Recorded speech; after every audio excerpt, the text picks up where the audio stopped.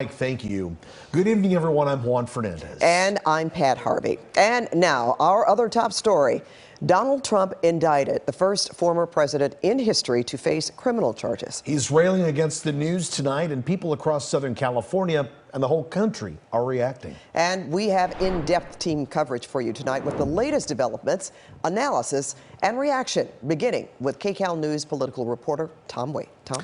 Hey, good evening to you, Pat and Juan. The former president is on the attack tonight, calling this case another corrupt witch hunt carried out by Democrats. And according to CBS News, the former president is expected to be arraigned Tuesday in New York criminal court, but that date is not set in stone. The plan is for Trump to fly to New York on Monday and be arraigned in court Tuesday. The proceedings is expected to be brief, maybe 10 to 15 minutes. The charges in the indictment will be read to him at that point. This whirlwind of developments began as a Manhattan grand jury voted to indict Donald Trump on charges involving a $130,000 payment made during the 2016 presidential campaign.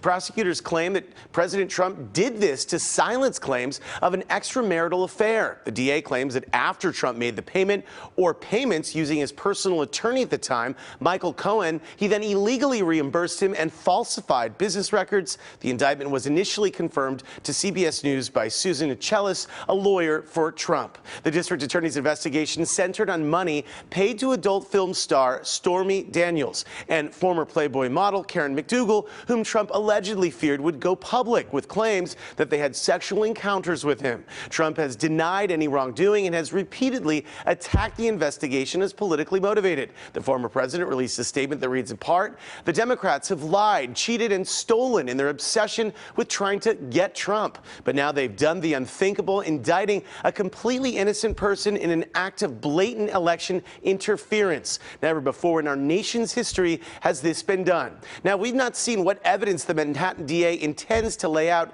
if a trial were to go forward. But tonight, Mr. Trump's former vice president is coming to his defense, Mike Pence speaking out even as it appears he may be running against Trump in the 2024 election. I think the unprecedented indictment of a former president of the United States on a campaign finance issue is an outrage. And it appears to millions of Americans to be nothing more than a political prosecution that's driven by a prosecutor who literally ran for office on the pledge to indict the former president. I don't really actually see any indication that, and I haven't heard of any evidence that would suggest that, Bragg is doing this to interfere with the election. I mean, if he was going to bring this case, he had to bring it. He had to bring it soon.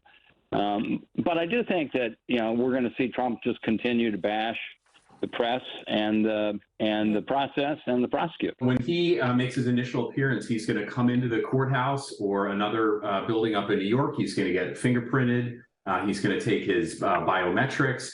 And listen, keep in mind, this is a person who has 24-hour-a-day Secret Service protection, and he could be handcuffed. He could be put in a holding cell.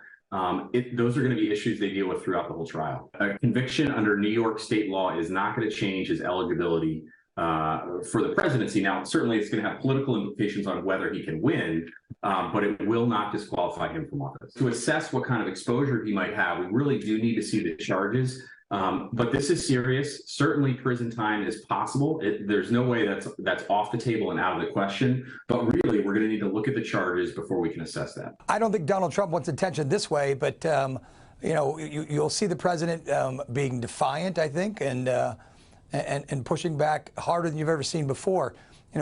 Viewers and people in America, I think, are asking right now, what's changed? What's changed in the 6 years?